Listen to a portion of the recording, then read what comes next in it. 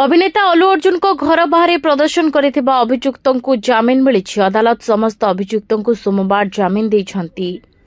उस्मानिया university joint action कमिटीर सदस्य माने रविवार संध्यारे अभिनेता अल्लू अर्जुन को घर बाहर विरोध प्रदर्शन करने सह भंगारुजा करथिले।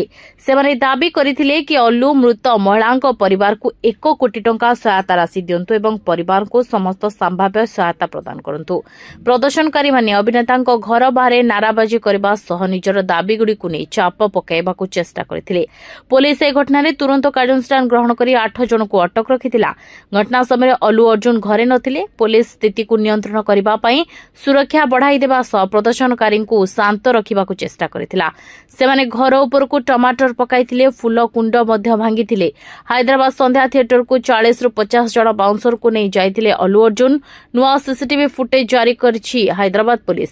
पुष्पा 2 प्रीमियर बेले दला चकटा संपर्क रे ताको सूचना दिया जाई नथिबा कहिथिले अल्लू। एहार काउंटर रे नुआ फुटेज जारी करिछि हैदराबाद पुलिस।